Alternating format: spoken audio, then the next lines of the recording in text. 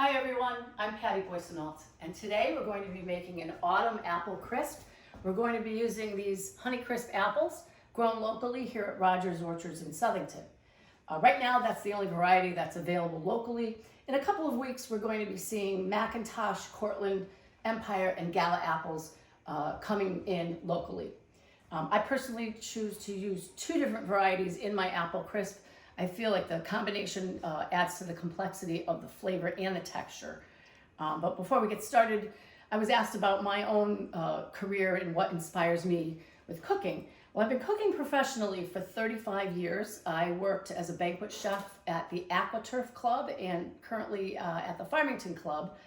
Right now I'm taking leave of absence during the pandemic. And I have to say that the thrill of cooking for me lies in the creativity. You can look on the internet and find tons of tutorials, recipes, videos, all kinds of stuff. So once you get a hold of one of those, you can put those ingredients together and create this beautiful dish that not only looks good, it tastes delicious, and after all, food is love. So when you share it with someone, even more of a thrill, I say. Now, what inspires me? My tummy. What am I hungry for? Because I'm hungry all the time, not kidding. I have to say that the seasons also inspire me with every season has its own produce coming in, and some of the specialty items that are seasonal too, that will really give me ideas as to what I want to cook. In ordinary time, if we were entertaining, if I'm doing family or friends dinners or whatever, then I know what these people like, and that would inspire me even more. Now, generally, I always have a baked good on hand in this house. My husband has a sweet tooth, always looking for some dessert, and I must say that even the UPS driver, the electrician, the plumber, everybody who comes here leaves with a box of something sweet for the road, because that goes a long way, trust me. Now, I favor locally grown over organic, mainly because locally grown picked probably this morning, so you know how fresh it is.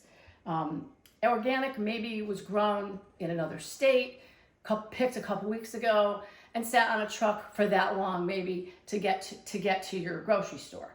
So flavor factor is also important too. Things that are picked just recently, the flavor is going to be more intense and more pronounced. And I, as a chef, need to have a flavor explosion in literally everything that I cook, everything that I eat. Now, Mark Ramsey, through the Leaf organization, I think he's really joined the community to their food. Because he teaches kids and adults where their food comes from. Like he says, kids think their food comes from the grocery store. They don't realize that it had to be planted, cultivated, and harvested. So he teaches them hands-on how to do this. And I think that it instills some appreciation and respect for the ingredients that we use in everyday cooking. He's connected the community to the food through CSAs, summer farm camps, and through the public school system as well here in Southington. And he does it with love and humor. If you've seen any of his Facebook videos, you know what I'm talking about. My favorite one is him lying out in the field in a bed of kale, saying he got caught in a kale storm. I loved it, my favorite. Now, okay, so let's get started. We've got this apple crisp. This is a perfect dessert for a week to end a weeknight supper. If you're having a socially distanced patio cookout, perfect. Or when the football season gets started again, if you're having a tailgate party, this is the perfect dish to bring. It feeds a crowd. This what I'm doing now, it feeds probably 10 to 12 people. It couldn't be easier. The only way it could be easier is if you could con somebody into peeling the apples for you. Because after all, I'm a busy woman. I'm able to get my husband to peel the apples for me, but you know, his big deal is that he was able to get the peel off all in one long strip, and he gleefully holds it up for me to approve. So of course, you know, he thinks he needs a trophy for this, so I praise him many times over because I want him to peel the apples next time. So there you go. All right. First, we've got I'm using for this recipe, you've got your 13 by 9 dish at the ready. I have 10 cups of apples here. This is an 8 cup measure. To the brim, it's 10 cups. These size apples, I actually used 6 apples, which is really not many. Sometimes if you use a smaller apple, you're gonna need like 10 apples. Okay, so what we're doing is, and again, this is juice of half a lemon, which I believe lemon juice with fruit totally brightens the flavor. Always adds just a different note to the fruit. Okay, so there's the lemon juice, and I've also got half a tablespoon of pure vanilla extract. And that's going in there. I use extracts in all my fruit dishes, either almond or vanilla. Again, adds a different note and really brightens the flavor. So now, to go in this, I've got 3/4 of a cup of granulated sugar. I've got 1 teaspoon of ground cinnamon, 1 tablespoon of all-purpose flour, and a good grating of fresh nutmeg. You know, the recipe says 1/4 teaspoon. Just give it a good shot. Don't overdo it because it does have kind of a citrusy flavor to it, and you don't want that to overpower. All right, so I'm going to whisk this together. And this is going to go into our apples.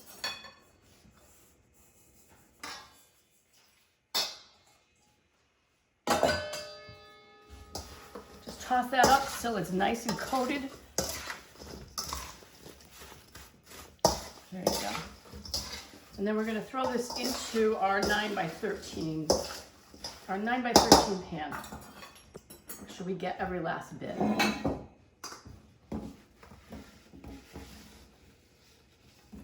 That looks beautiful.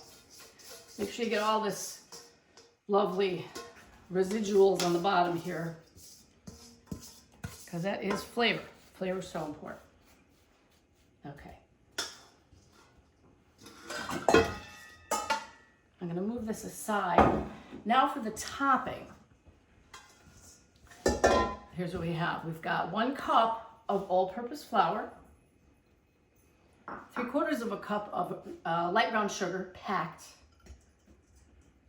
I've got half a teaspoon of salt and a half teaspoon of ground cinnamon.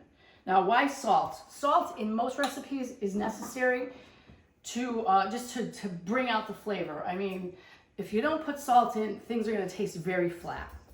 So I'm just going to whisk this a little bit. And the last thing I'm adding, well, not the last, but the second to the last, is a cup of old-fashioned oats that I've pulverized in the food processor. Now, I've tried this without pulverizing, but it's just too loose of a topping, and it kind of falls apart. So this just makes everything blend well together. So I'm just going to toss that in like that. Give that a good whisk. And I've got a stick of melted butter here that I've cooled. You don't want it blazing hot. You just want it, where's my spatula? You don't want it blazing hot. Let it cool off a little bit. Just pour that right in there. And you're going to stir this with a fork because it just keeps things separated and fluffy a little bit. So we're just going to give that a swirl. And that 1 stick is plenty of unsalted, and that's unsalted butter, by the way. And if you have a few stray dry crumbs, that's no problem. All right, now we're ready to put the topping on here. Even this out.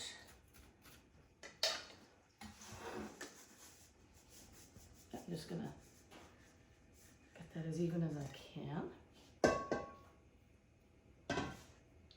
Okay. Now what's gonna happen is the juices from the apples are gonna come up, the melted butter is gonna come down, and this is going to result in a very crunchy, sweet topping. It's gonna take about an hour, all of an hour, I would say, at 350 degrees Check it after 55 minutes, depending on your oven, and it should be bubbling. It's almost caramelizes underneath, so it's just a really delicious treat. I'm gonna throw this in the oven right now. Oops. Wrong oven. Okay, there's that. Now I've got one already made. I'm going to pull out here. Okay. You can see it's bubbling. That is just bubbling away. You can see the caramel. You can see the caramel in it just from the sugars and the butters. I think it's time to plate this up. Get some whipped cream here. Forgot about that. Okay, so I've got some freshly whipped cream to go with this. You can also use vanilla ice cream, would be a great treat. Okay. This is almost too hot to serve. You want to probably let it cool down just a little bit. Okay, we'll give this a little bit more. Okay. Some lovely chantilly here.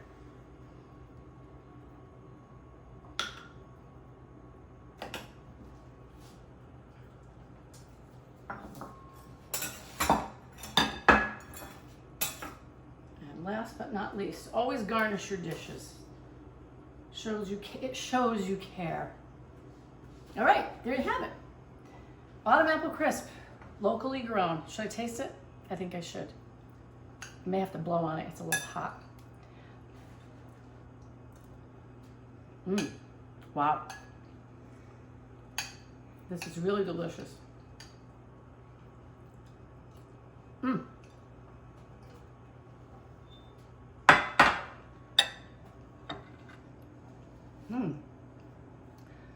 So remember, food is love, sourced locally, and life is short, so eat dessert first. Thanks a lot. Thanks for watching. Bye-bye.